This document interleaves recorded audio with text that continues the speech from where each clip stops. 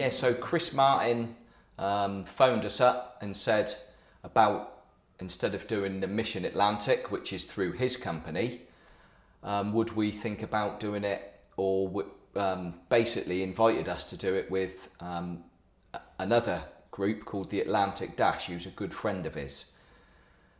Now, when we first started this journey, there was more teams on the Mission Atlantic event, but it just turns out that we were the only team left. And Chris Martin was very open and honest. He said, I'll still do it. It's going to cost me more money because obviously the less teams they have, higher shipping costs. You can get 2 boats into 1 container. We would have been the only boat, blah, blah, blah, blah, blah. He said, but there's this other event called the Atlantic Dash. Sold it straight away with the 200 extra miles because I knew John would be really pissed off about that. So I was like, yeah, we're doing it.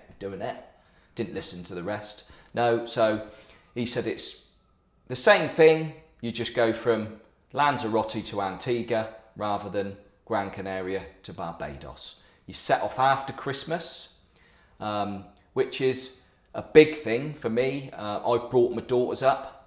And I've never missed Christmas with my daughters, and it was on the back of my mind, and it wouldn't have stopped me doing this challenge, but it would have been, Christmas would have been a bloody tough day because I'd have missed all of my family, but especially I think my daughters on Christmas Day.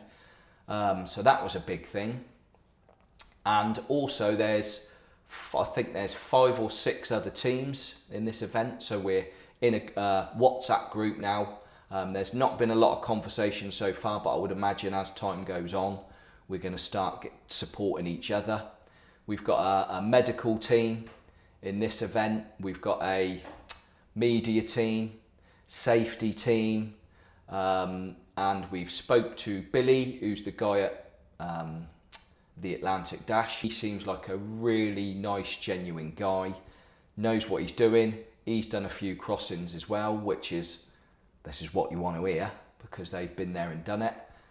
So I'd made my mind up in my head, but I'm the kind of leader that puts it to my team and says, what do you think? And if I get outvoted, we do what the team suggests, even if I think the other thing's the best. But I think they all agreed that it was the way to go, the right thing to do. And also the way Billy described, not just the start sounded amazing, because there's a lot of people that come and see you off at the start. Gran Canaria is a bit quieter. Lanzarote's a lot more boaty people, and you get 200 to 300 people see you off, which sounded great.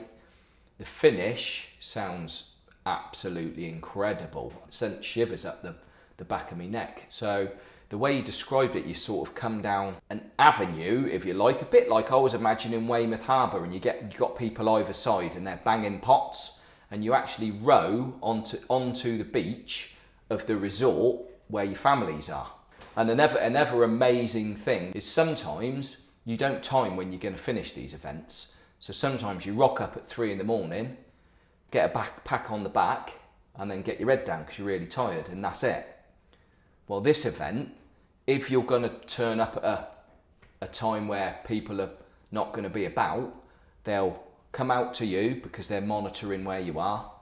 They give you an anchor, so you anchor up for the night, get all your food down here, I would imagine, have a little tot of rum, get your heads down, and then he goes back and says, your boys or your family are going to be here at 9 a.m, so everybody can have a nice night, celebrate knowing that it's done, and then know that at 9 a.m, it's party time.